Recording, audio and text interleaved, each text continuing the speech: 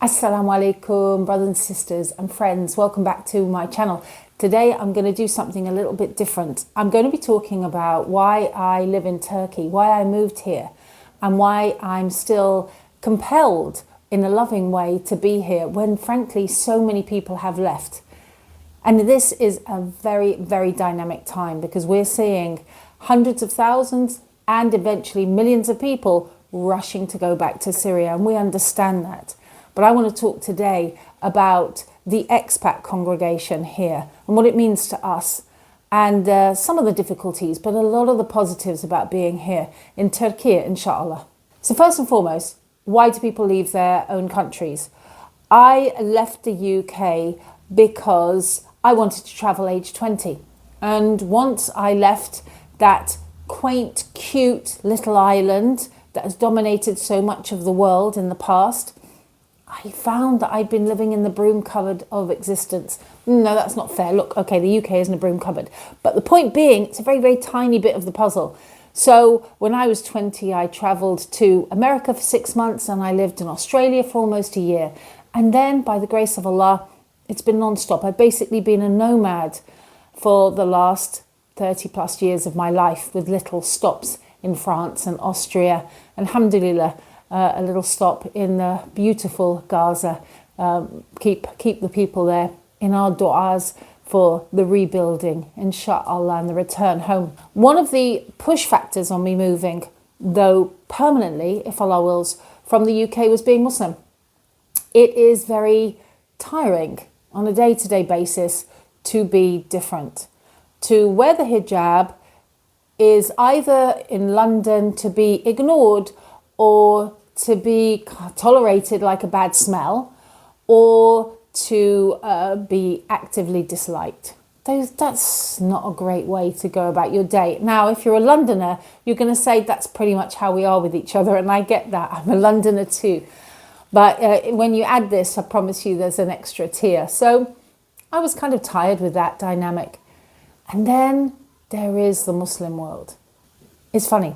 Really, until I started making videos about my journey to Islam and talking positively about the Muslim world, I hadn't encountered too much of the diatribe, you're a traitor, you shouldn't leave, you belong, we never wanted you anyway, you don't belong in the UK.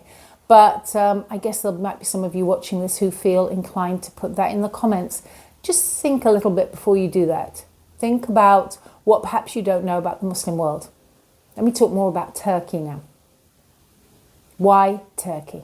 I travelled to Turkey about 8 years ago and I made a tour with an organisation, and I saw a place that literally, for me, as a convert to Islam, is a bridge between East and West. So many people have said, I want to be a bridge between the East and West. It's a political term these days, but Turkey has always been geographically in that situation and actually ideologically in that situation as well.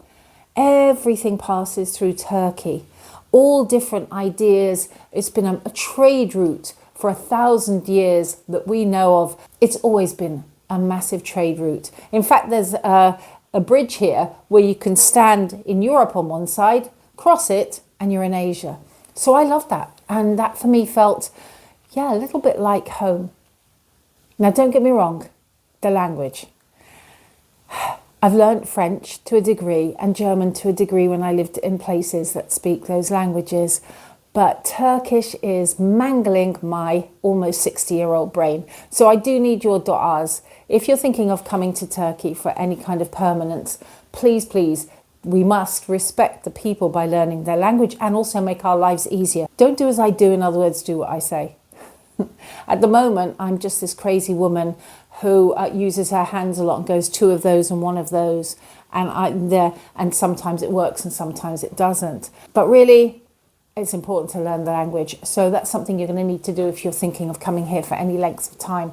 The main pull factor for Turkey was that I got married. And alhamdulillah, my husband has a secure job here. So that's another thing to consider if you're thinking of moving to Turkey, is that you really should have some security. In the last 3 years, there has been a huge arrival and then a disbanding of a wonderful community here, unfortunately. I think the government is still finding its way with how to make people who are professionals from other nations welcome, to make their processes easy, and I hope they improve in that. But it's been very confusing. So if it wasn't for my husband being here, I wouldn't be here either now. I'm not going to paint it as an easy bureaucratic task in any means. And what do you find when you live here? I've chosen not to live in a high-rise somewhere with other expats. I know that's an option for a lot of people. So my husband and I talked about where we'd like to live.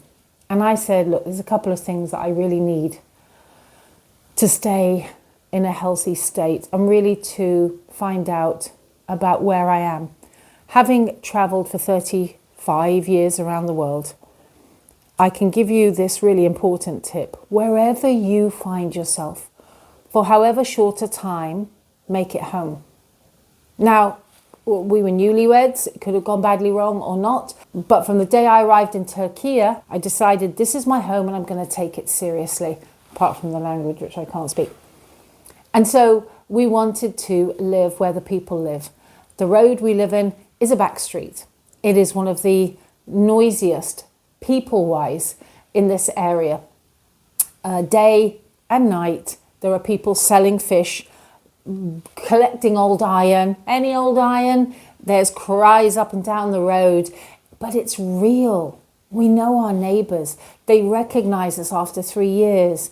I know the woman who does the sewing. I know the guys who sell the fish. We know the pharmacist and the meat seller, and it's real. You know, that's so important when you live abroad. I can't emphasise that enough. And to get to know the culture and to respect the history. And that's really where my heart is engaged. And here's the thing. We can't really call a Muslim move to anywhere outside our Western nations as hijrah these days, not fully. But we can say, inshallah, that we come for good reasons. Inshallah, we make the move to please Allah Ta'ala. There is such a spirituality, even in modern secular Turkey, to Istanbul. Allahu Akbar. Every corner has a piece of the historic, ancient, spiritual jigsaw of this bridge between continents. On my morning walks, I pass through an ancient graveyard where more than 1 million people are resting. Allahu Akbar. The fact that some of the graves, most actually, are in Ottoman Turkish, some even in Arabic. Who were they? What great stories. There are turbans on some, that means it's a man buried there. And then some of them have fezzes, and the ones without are the women. For me, I found my spiritual group here. I found my suhba by the grace of Allah.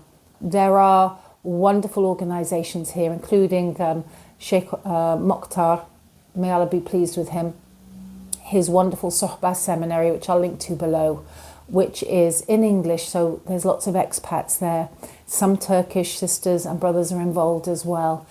And it is teaching us how to live the deen, to improve ourselves, to be 21st century people with the sensibilities that are eternal. And that means home is wherever that ideology is, doesn't it?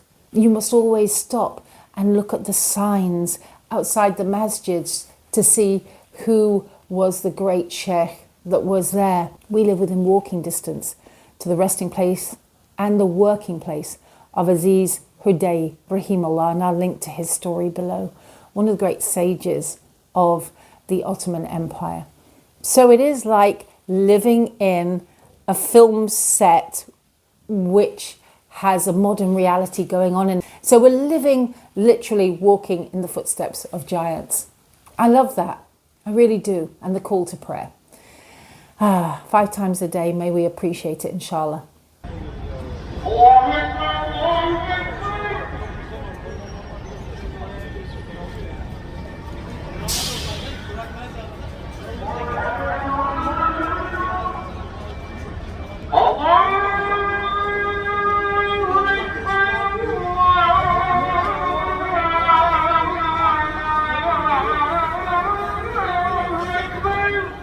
That's what it is to be a Muslim.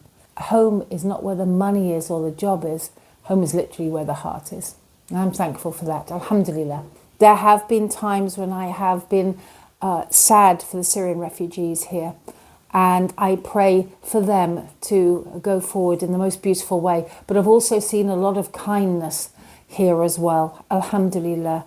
I've seen a revival of the spirit of Islam amongst the younger generation, seeking wisdom.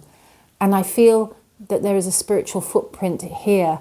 I think it is a city that's become part of who I am. It's a city that has left an indelible mark in my heart and allowed me to grow in confidence as a Muslim and to do good work. There's so much you can do here, mashallah, and so many incredible people to meet and places to observe and so much history to learn from. I hope that's been useful, inshallah, and that you'll come visit Turkiye soon. Don't just go to the beaches, make sure to visit the wonderful city of Istanbul. If you like this video, don't forget to hit the subscribe button. The majority of my viewers are still not subscribed. We've hit 80,000, which is incredible. And you can help us grow and reach more people with beautiful stories, truths about Islam, ways to travel in a positive way, and inshallah, feel good faith information from around the world. Let me know in the comments what's your place, your preferred place to move for a soulful relocation. I'm also going to link to a charity supporting Syrian refugees heading home after their horrible catastrophe with a tyrant. May Allah help our ummah, inshallah ta'ala, and bless Bilad Asham. Assalamu alaikum rahmatullahi wa barakatuh.